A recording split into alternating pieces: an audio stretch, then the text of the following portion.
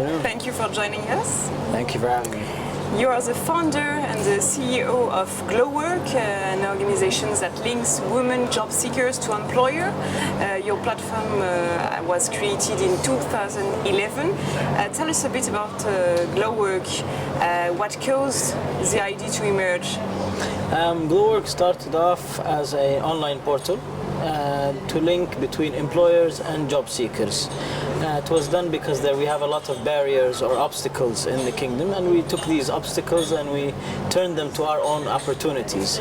But from the online portal, we also created other solutions such as virtual office to enable women to work in rural areas.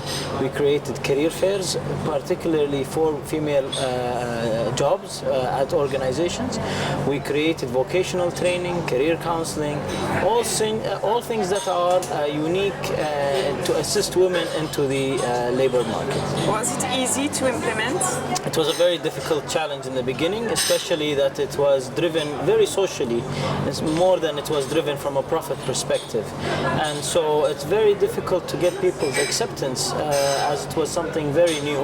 We had a lot of challenges in the beginning. However, we put our hand with the government's hand and made sure that it was successful. After 4 years now, I am thankful to say that women's work is much more accepted in the Kingdom of Saudi Arabia. Could you tell us more about numbers? How many women have already signed up? How many have been hired so far? Sure. So in general, there is approximately currently there's 480,000 women in the private sector. 4 years ago there was only 68,000. So that's a 600% increase.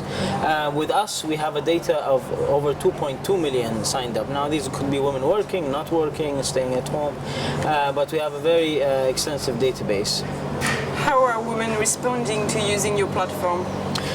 Females have been our biggest marketing tool. They love the fact that there's a portal and there is a platform specifically for them, and it looks at not just entry-level jobs, it looks at senior-level jobs as well in different industries. And so they've been an active supporter for us, not just as a recruitment but also socially, and we try to get a lot involved in a lot of social activities. In your opinion, how could we totally remove the discrimination risk? The discrimination risk, I think right now a lot of companies globally, all you hear is complaints of women at board levels, and really when you put in a quota, people try and beat the quota.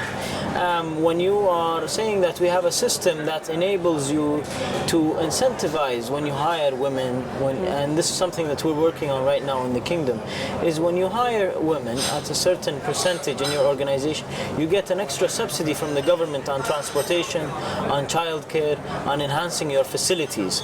And so within 2 years this becomes sustainable to the point where the organization starts investing and understanding the value of having women in the labor market. It was my question, how the governments respond to your initiative?